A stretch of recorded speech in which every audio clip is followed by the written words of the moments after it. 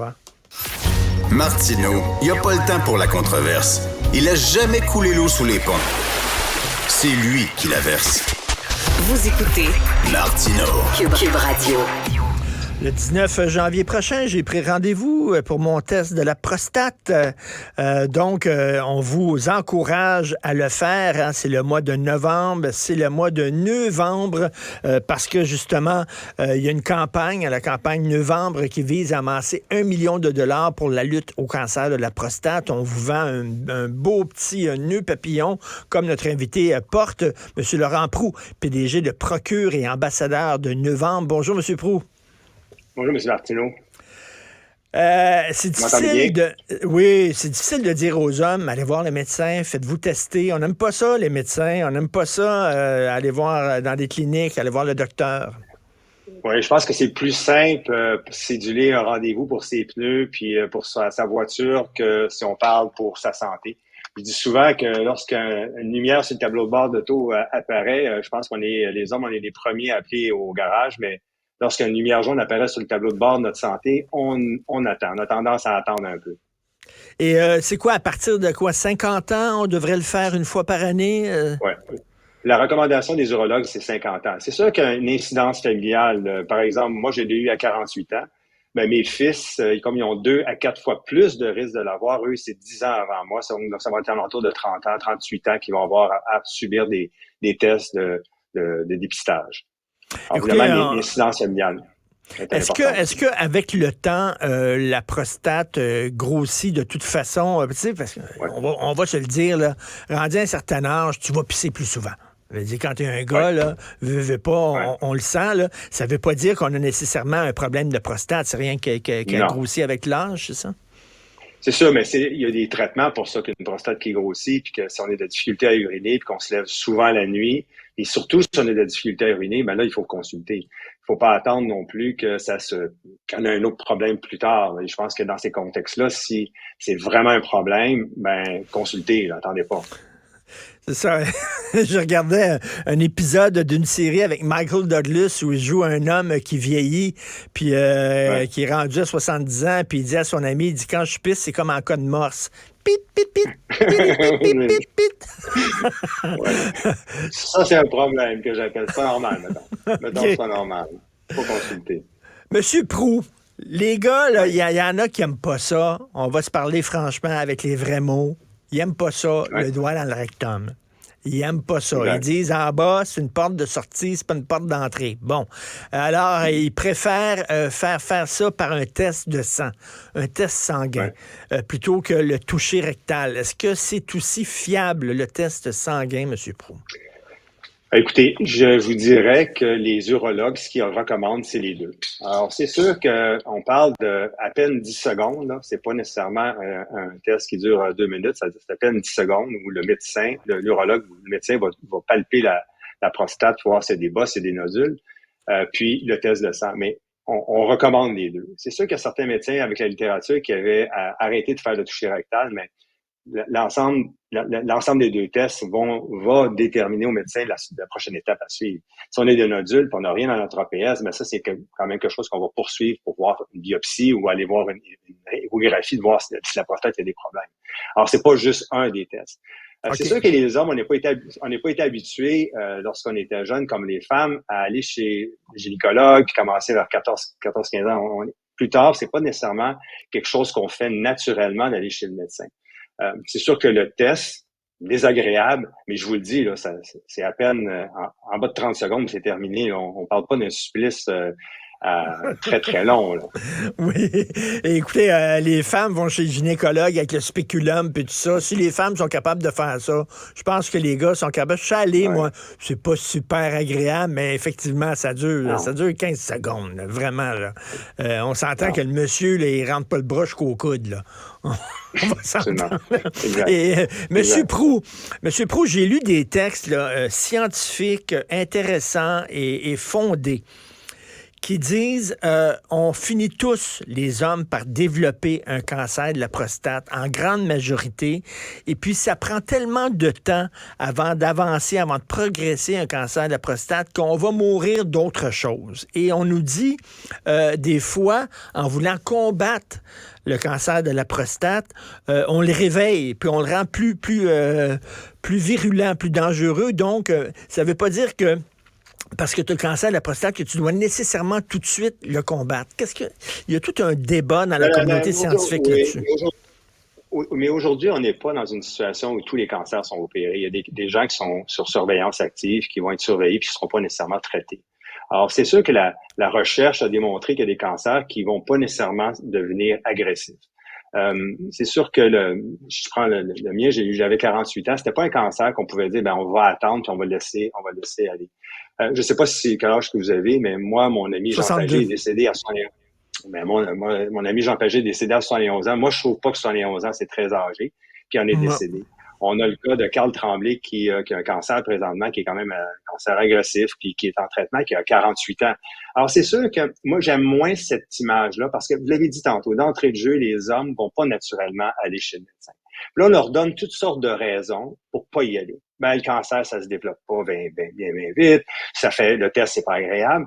Tout ça, c'est des bonnes raisons pour pas qu'un homme se doive. Mais on l'a entendu, je l'ai entendu à Martineau, puis on l'a dit ça. Mais moi, je trouve que on n'a pas besoin de raisons pour pas y aller. On a des raisons pour justement consulter.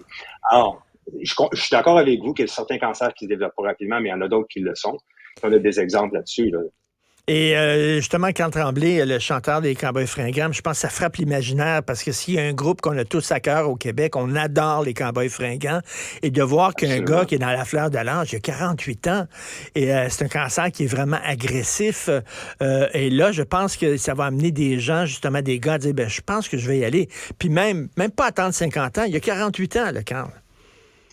Oui, c'est ça. Je connais pas son historique familial, mais j'étais à un événement sportif. Il y a un homme de 50 ans qui avait eu des problèmes avant la pandémie. Puis ça, la pandémie, ça a causé beaucoup de retard parce qu'il y a des hommes qu'on leur a dit, rendez-vous pas à l'hôpital, les hôpitaux sont surchargés. Or, il y a des gens qui ont pas été diagnostiqués, qui avaient un cancer probablement moins agressif au moment avant la pandémie et qui sont pas allés, puis qu'aujourd'hui, ils ont des cancers qui sont déjà sous forme de métastase. Donc, on se retrouve avec des cancers beaucoup plus complexes à régler qu'avant la pandémie. Alors, c'est sûr que la pandémie a pas aidé non plus à des hommes de dire, quand je vais aller les consulter, on leur disait, tiens-toi là des hôpitaux, tiens-toi là de ton médecin parce que c'est pas le temps. C'est encore malheureusement une raison pour pas y aller. Et M. Proulx, il y a des cancers, je pense, par exemple, le cancer du pancréas, quand on commence à avoir des symptômes, il est déjà trop tard, là. Est-ce que c'est comme ça avec un cancer de la prostate ou non, on peut le combattre? Malheureusement, le cancer de la prostate, malheureusement, il n'y a pas de symptômes nécessairement pour le cancer de la prostate. Ce que vous avez soulevé tantôt, difficulté à uriner, etc., c'est des symptômes que si vous avez ces symptômes-là, consultez. Ça ne veut pas dire que vous avez un cancer, vous avez absolument raison, mais c'est au moins consulter. Je prends mon cas, moi j'avais 0 symptômes, j'étais quelqu'un qui faisait du sport. C'est les assurances qui avaient été mises sur ma vie pour protéger une technologie qui m'ont forcé à aller voir un médecin. Je suis pas mieux que les autres, alors j'ai été fait mon bilan. Puis c'est à travers ce bilan forcé-là que j'ai été diagnostiqué. Alors, c'est sûr que 50 ans, c'est une bonne règle. Dans le cas d'historique familial, si vous n'avez pas de frères ou de pères qui l'ont eu, malheureusement, le cancer était tabou dans le temps de mon père, ou même tout ce qui était en rapport avec la prostate, c'était tabou. Puis encore aujourd'hui, je vous dirais, puis c'est ça un peu le but de la campagne, c'est sensibiliser les hommes parce que ça demeure quand même. Il y a des hommes que je connais qui en parlent pas, qui ont un cancer de la prostate. Monsieur Proulx, Laurent Proulx, si c'était pas de ce test-là obligatoire demandé par les assurances, peut-être qu'on se parlerait pas aujourd'hui, là. Le cancer que j'avais était très agressif pour un homme de 48 ans, donc j'étais vraiment chanceux. Puis je remercie le médecin de famille qui m'a aiguillé vers un neurologue pour me faire traiter. Il a de très bons soins en neurologie. Et écoutez, en général, il y a des hommes qui disent « Ouais, mais se faire traiter pour la prostate, le résultat, c'est que tu deviens automatiquement impuissant. » Est-ce que, effectivement, dans tous les cas, c'est comme ça? Écoutez, c'est sûr qu'il y a une dysfonction érectile temporaire dans bien des cas après suite d'une opération, parce qu'on comprend, là, la prostate est au centre des nerfs érectiles, etc. Alors, c'est sûr qu'il y a une dysfonction érectile. Puis ça, c'est un débat qu'on essaie de pousser chez Procure, puis qu'on va le faire à l'Assemblée nationale lors de la semaine prochaine. C'est que la dysfonction érectile causée par une opération de cancer de la prostate n'est pas couverte pour les soins de santé, c'est-à-dire d'avoir du Viagra ou d'avoir des pilules pour nous aider à avoir une érection. Non, c'est pas couvert. Parce que c'est plaisir, etc. Mais c'est relié à une opération. Alors, nous, ce qu'on veut, c'est que le gouvernement, l'INAS, accorde que suite à un traitement de cancer de la prostate, que ça soit payé. Parce qu'il y a des hommes qui nous appellent, puis il y a des hommes qui vivent une situation vraiment émotionnelle et des problèmes de dépression liés à ça. Puis c'est à cause de l'opération. On ne parle pas du vieillissement, là, mais c'est à cause de l'opération. Alors, pour nous, c'est quand même assez important pour nos patients de pouvoir avoir accès à cette médication-là. C'est parce que pas tout le monde qui a des assurances privées, c'est pas tout le monde qui a les moyens de se payer non plus. OK, donc avec le Viagra et des médicaments comme ça, on peut régler les problèmes érectiles causés par l'opération de la prostate, par exemple. Ben, c'est un traitement qui va se faire sur un certain nombre de mois. Là. On revient pas avec la capacité du jour au lendemain.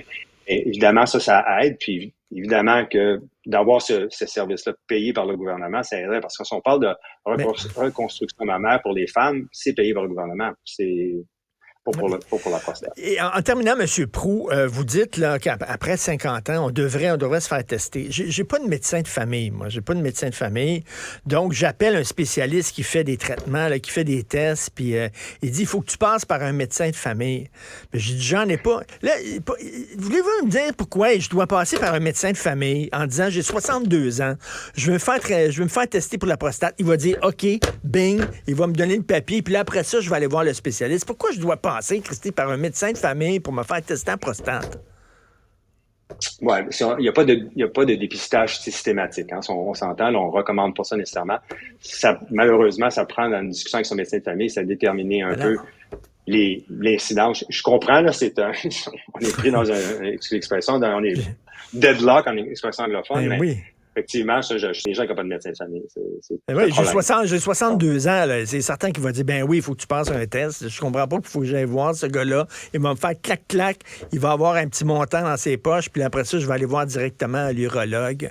Je trouve que c'est vraiment mais le médecin de famille peut faire le test d'APS. Le médecin de famille peut faire le toucher rectal. Donc, ils ont la compétence pour le faire. Donc, on n'a pas besoin nécessairement d'aller voir un urologue. On va voir un urologue si jamais on a un problème avec l'APS ou on a un problème avec de nodules sur notre prostate. Écoutez, je voulais le faire en direct, pour encourager les gens à faire le test, mais je pense que je vais me garder une petite gêne et je ferai ça dans le bureau de mon urologue le 19 janvier prochain. Merci beaucoup, M. Laurent Proulx. On est très content que vous soyez des nôtres et je pense que ce genre, il faut le rappeler aux gars. C'est important de passer un test. C'est quoi, une fois par année? Vous dites, M. Proulx? Oui, ça dépend de l'incidence. C'est-à-dire, les antécédents familiaux, ça peut demander une fois par année. Si on n'a pas d'antécédents familiaux, s'il n'y a pas de problème, ça peut aller jusqu'aux 3 ans. Il n'y a pas de souci. Je vous invite vos auditeurs à visiter le site procure.ca. C'est un site qui a plein d'informations. Toute l'information a été validée par des urologues.